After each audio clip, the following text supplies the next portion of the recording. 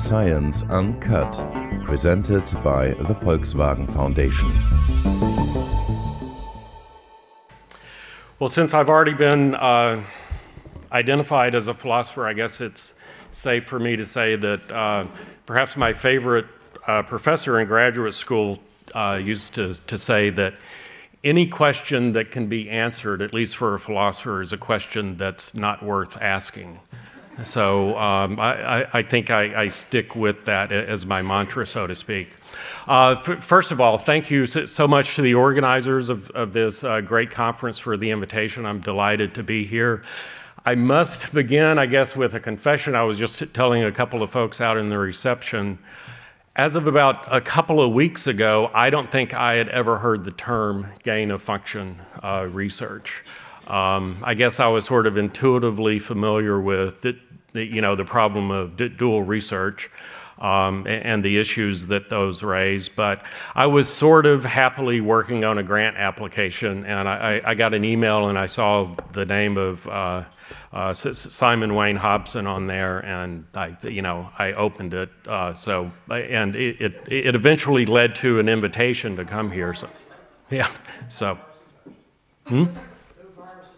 yeah, exactly. Yeah. So anyway, just a too long way of saying I'm very grateful to be here. And what I'd like to talk about is something that I really enjoy talking about, and that's the issue of trust and scientific research in general, biomedical research specifically. And I think the questions we're dealing with here is an ideal venue for exploring and interrogating the issue of trust and research. We heard from Dr. Feinberg at the very opening session, framing is important. And I think there are a couple of ways we can frame the questions that we're looking at here, right? Is it okay for gain-of-function, dual-use research to go forward?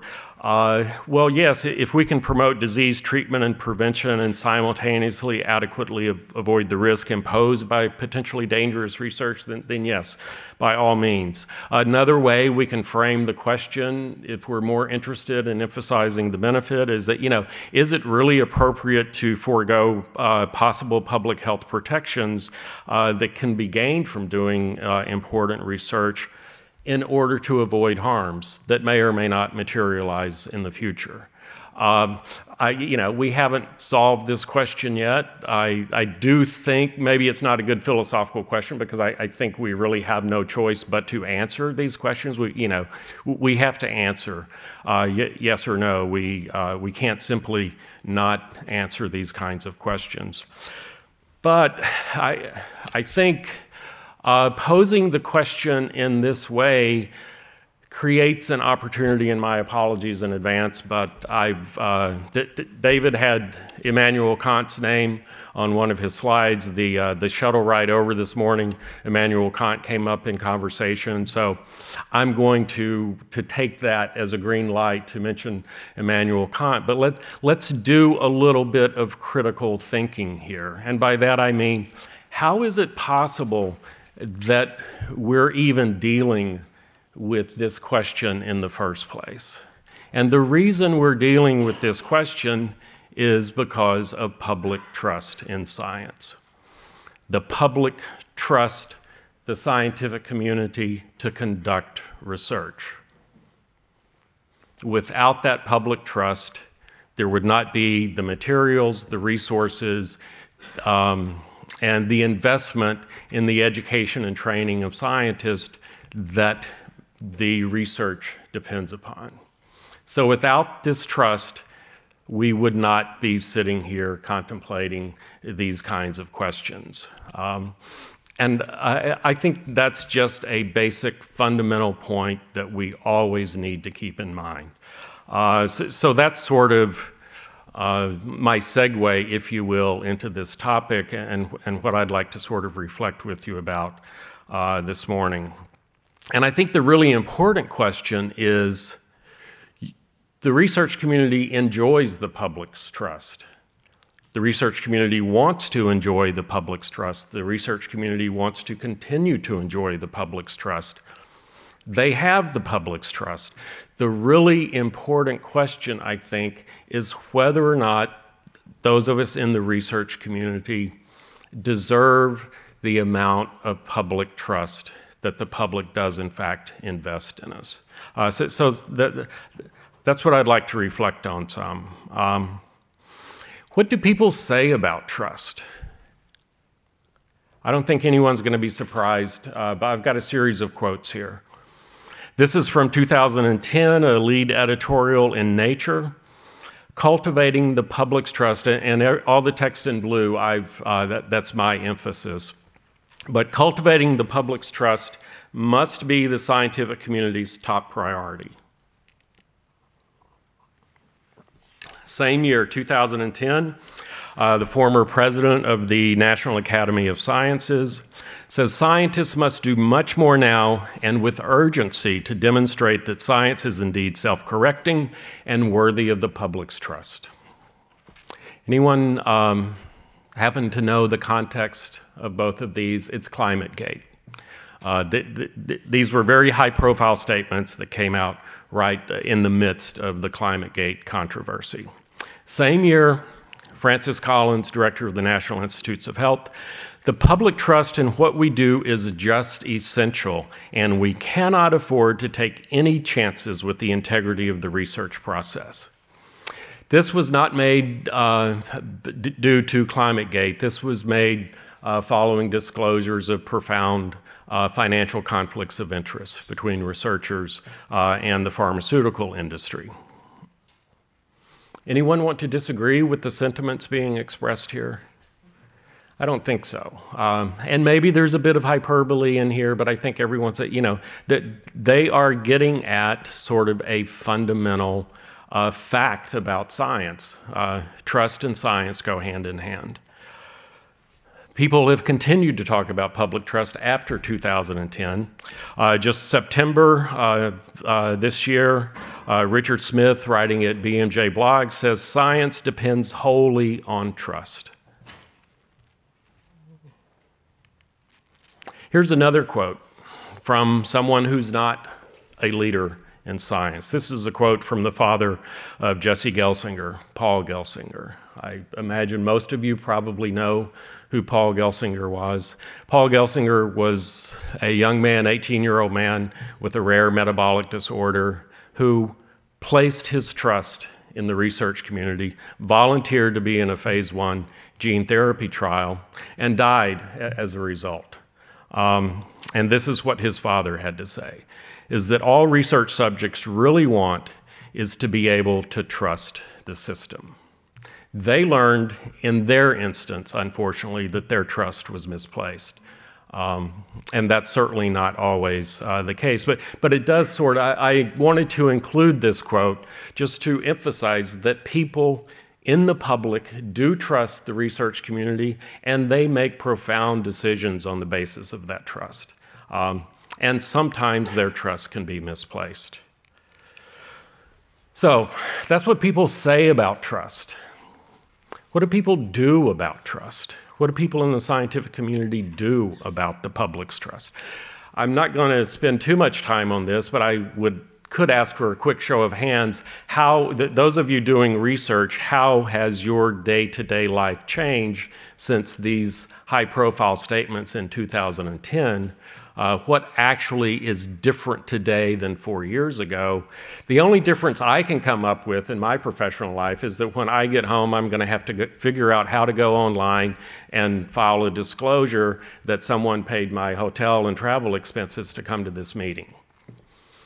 Is that going to bolster the public's trust in research? I don't know, but that's, my point being, we make statements like this, but there's always not very much follow-through.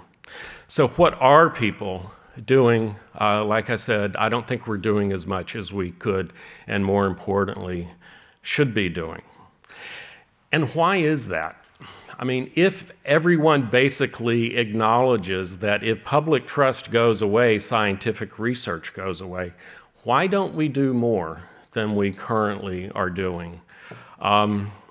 I've got some thoughts about that. I have no data to support this. There's just sort of my rumination. So feel free to agree with them or disagree with them. But I think part of the problem is we just don't like to talk about this.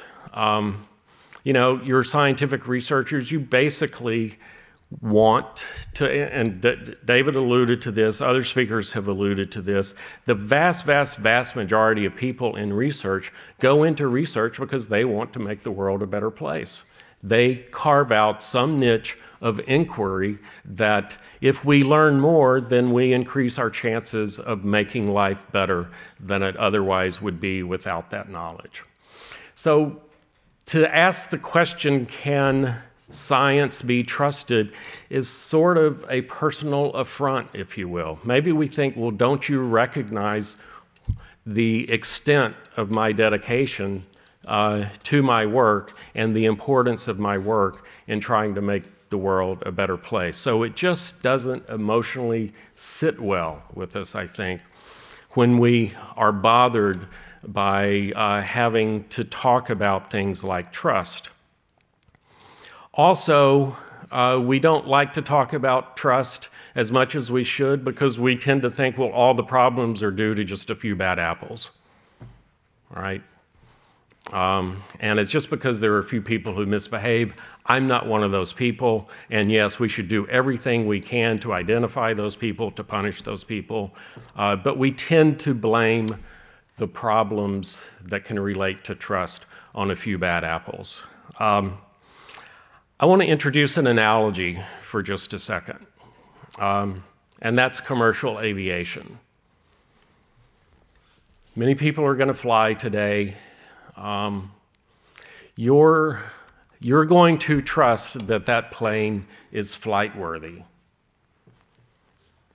And it is flight-worthy. It's the most flight-worthy it's ever been because commercial aviation and engineering, they put tons and tons and tons of time and energy and money into making commercial aviation basically about as safe as they can make it, given the constraints that they have.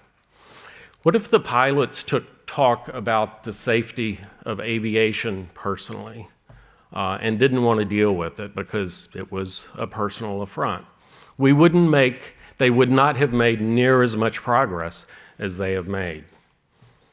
What if commercial aviation invested 95% of its time and energy promoting safety in administering breathalyzer tests to their pilots and firing the ones who fail it?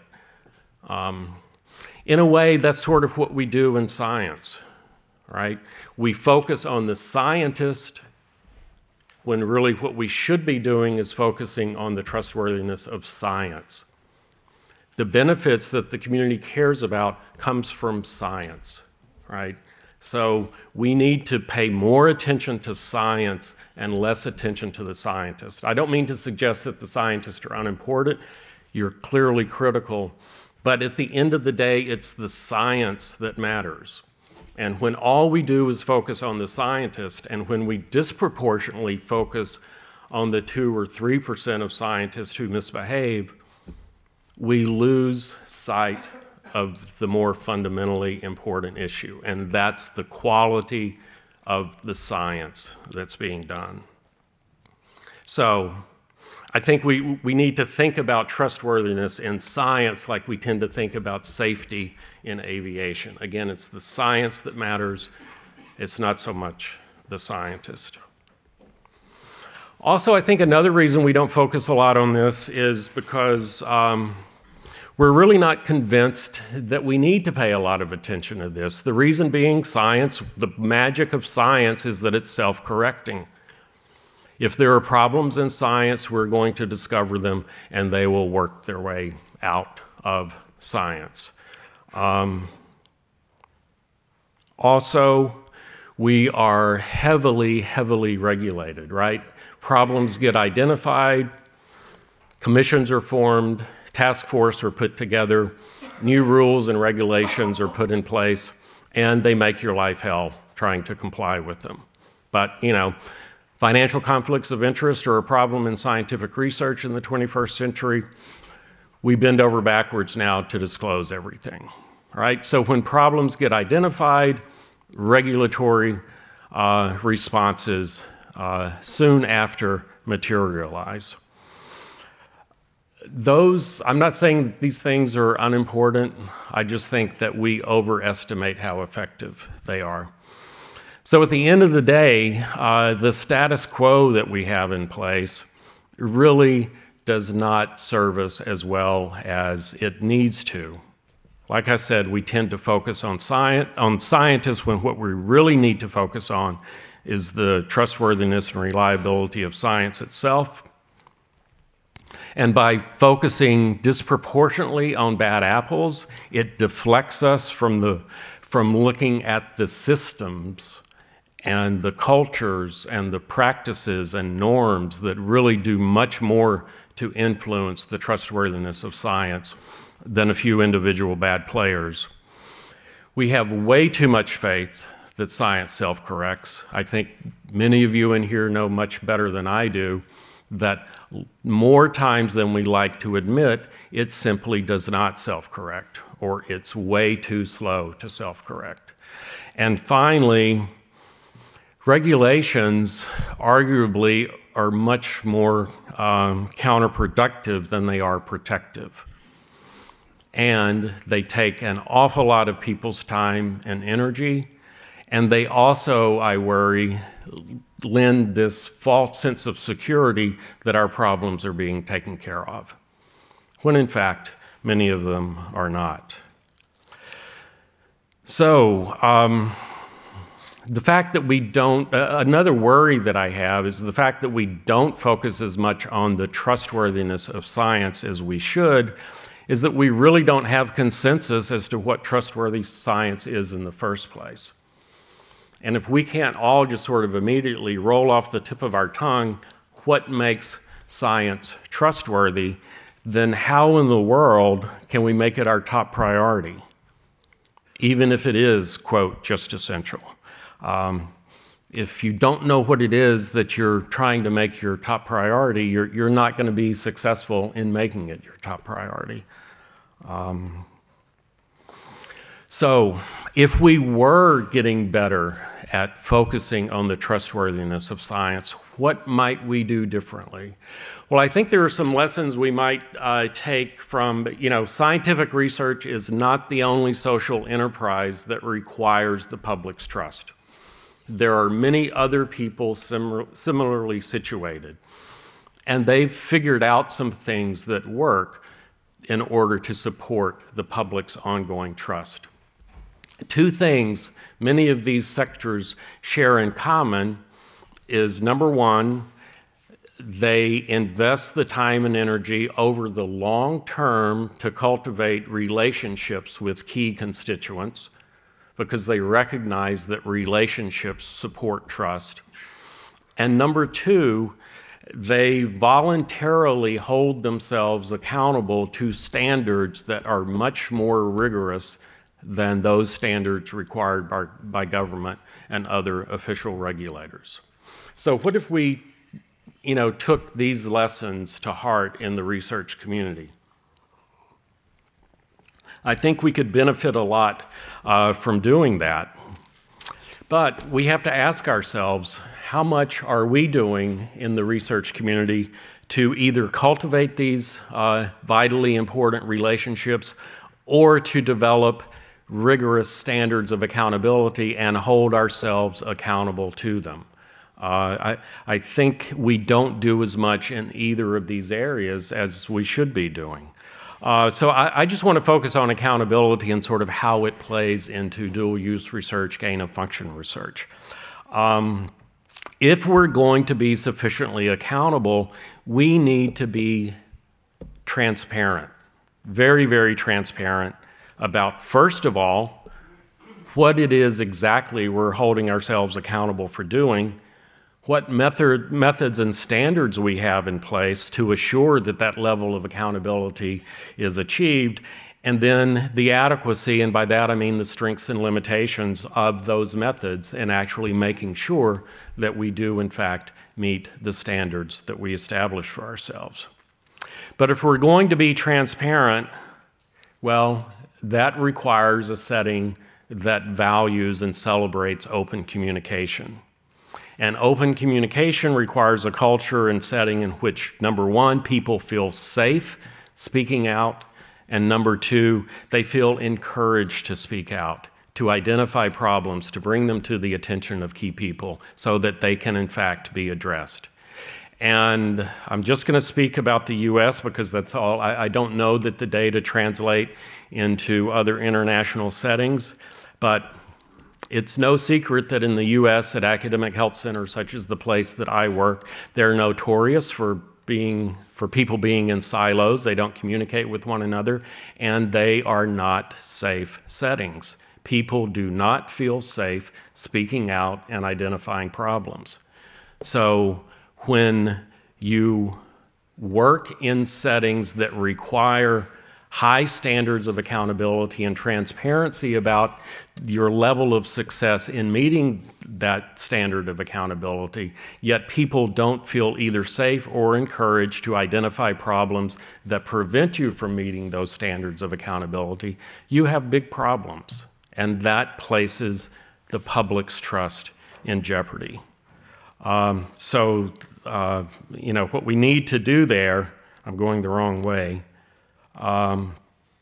the status quo now, at least again, speaking for most research institutions in the States, is that if the setting is one that celebrates openness, safe communication, where problems are identified so that they can be addressed, that's something that occurs by chance.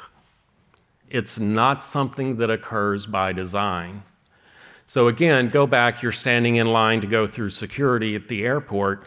If you really thought that whether or not your plane was going to safely land was going to be a chance occurrence, you're probably not going to get on that plane, all right? But since you're confident that a lot of safety has been designed into the system, you're much more trusting. So trusting that you really don't give it a second thought. That's not the system we have in research. And I don't mean to sound naive and suggest that we can make science, the trustworthiness of science on a par with the flightworthiness of commercial aviation.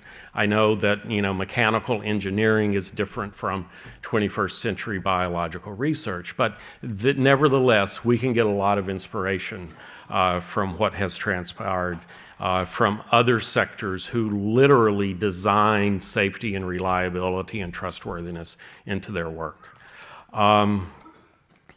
So when we look at the topic at hand, you know, how much gain of function and other dual use research should be going forward and under what conditions, well, who's accountable to whom and for what?